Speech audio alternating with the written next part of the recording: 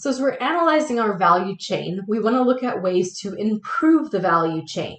So in our previous video, we looked at what is the value added as we go from inputs to outputs. Now let's look at ways to further improve the value chain.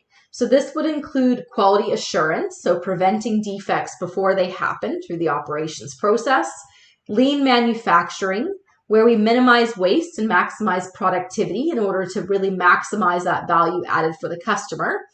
And then as we expand that value chain to include other businesses that might be involved in our inbound logistics and outbound logistics, maybe we've outsourced some of the marketing or service. Maybe we have other companies that we are outsourcing part of the production process to. These are all part of our supply chain. And so we need to have collaboration and coordination with all the members of our supply chain so that we can be more efficient and effective. If we're truly adding value to our customer, whether it's through a differentiation or cost leadership, then all members of our supply chain need to be furthering that strategy and goal. Because if at any part of the supply chain the cost is going up, then the price, of course, is going to go up for the end customer. So let's start in this video by looking first at quality assurance. So we're talking about total quality management. And total quality management has three parts: continuous improvement, employee empowerment, and a focus on customer satisfaction. So total quality management comes from a gentleman named William Edwards Deming. He is considered to be the father of quality management. And he has created what we call Deming's 14 points, which looks at the structure of the organization to help improve quality. And we have the Plan, Do, Study, Act, or PDSA, or Continuous Improvement Cycle, to help create that total quality. So if we start first here, though, with total quality management, we get from Deming is that to improve the quality of your organization, you don't need to hire a bunch of experts to come in, and you don't need radical change within the organization. You need small, little incremental improvements. And so improving the quality within the organization is a continual process.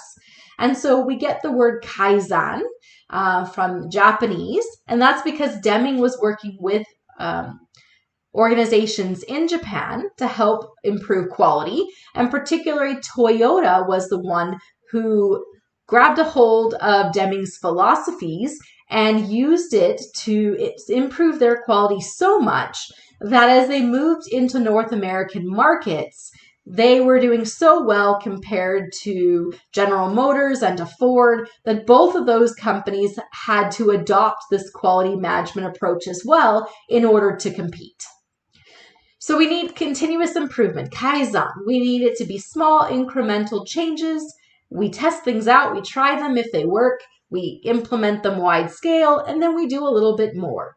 We also empower the employees. So under the total quality management philosophy, any worker within the organization has the power essentially to stop production if they find an issue and find a way to improve it, no matter who you are. If you're a worker on the factory floor, you're the custodian cleaning up, your top management. Everyone is involved in quality.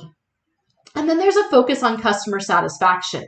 Really, the definition of quality comes from the customer. The customer, what the customer wants or needs, that's what's ultimately going to define what it means to be quality. So what are they looking for in terms of performance, in terms of reliability? That all is going to define quality. When it comes to Deming's approach, Deming is famous for his red bead experiment. The red bead experiment showed that if you want employees to fix the quality issues, you can't just praise employees or shame poor employees. The cause of poor quality is not the employee, it is the system itself. And so he has 14 points to structure the organization to improve the quality of its operations. So we need to have consistency of purpose. So we all generally agree then what it means in terms of quality, and that there's buy-in from all of your stakeholders. So they're adopting this philosophy of continuous improvement. And so we're ceasing dependence then on mass inspections. It becomes a culture of quality as opposed to one that is going to shame those who aren't performing. The other thing is according to Deming, that in order to get quality, you have to focus on quality. According to Deming, if you focus on cost, so we slash the budget, we cut costs. According to Deming, if you do that, then what happens is the quality goes down. So let's say, okay, you're a student at a college or university, and because of cost cutting, the institution has to save money. So what do? They lay off people who are in advising, and they lay off people in recruiting, and they lay off people who work in the registrar's office where you go to ask questions and pay your tuition. Well, if all of those disappear, then the problem is that the customer service, the student experience goes down. So students start to feel like it's poor quality.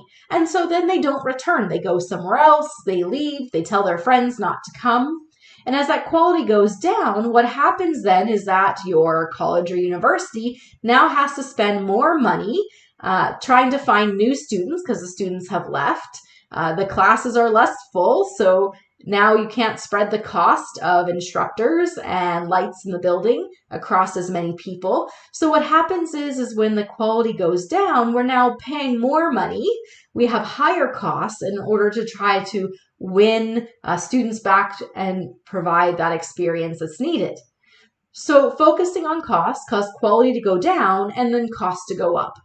Alternatively, if you focus on quality and you have a better quality experience, then you get more customers who want to buy from you.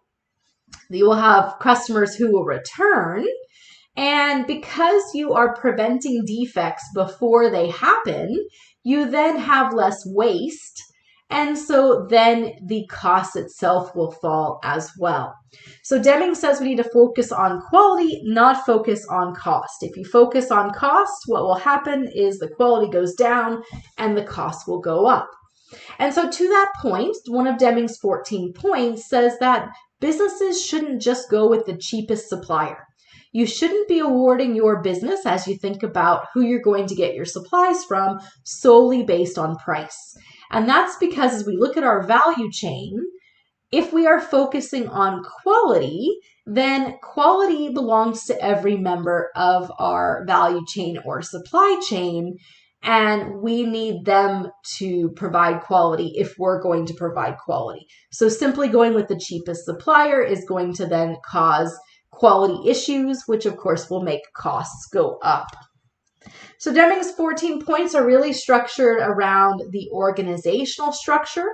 So we need managers to be responsible in terms of removing barriers for everyone to improve quality. We talked about employee empowerment. And we need to drive out fear so that everyone can work effectively. So people aren't afraid of being called out for taking risks, for trying new things. We need there to be that employee empowerment. Everyone is involved in identifying small incremental ways to improve quality. We break down barriers between departments, create teams so that we work together across functional areas of the organization to work towards improving quality. We need to have better training. We need to not be focused so much on quotas and using generic slogans and goals. We need to get buy-in from everyone. So this is a structure that everyone within the organization is involved with. And as we said, quality comes from continuous improvement.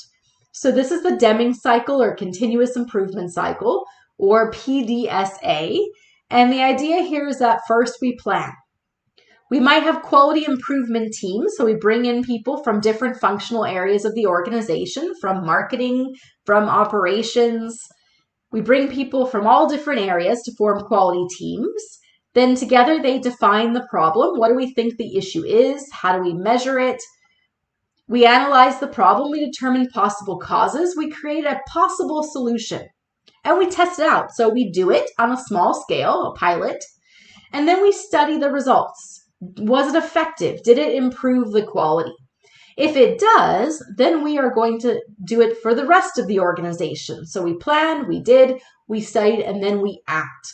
We standardize the solution, we implement it across the board. But it doesn't end there. Once you have found something that creates an improvement, then you go on and solve the next problem. Find another area where you can create improvement. And if what you have planned and tested doesn't work wholesale, didn't have the results that you were looking for, then you continue to come up with other ideas that might improve the quality and performance of the organization. So it's a continual process. So our 3 parts to total quality management, they were continuous improvement, or Kaizen. We have employee empowerment. Everyone is involved and engaged in this process.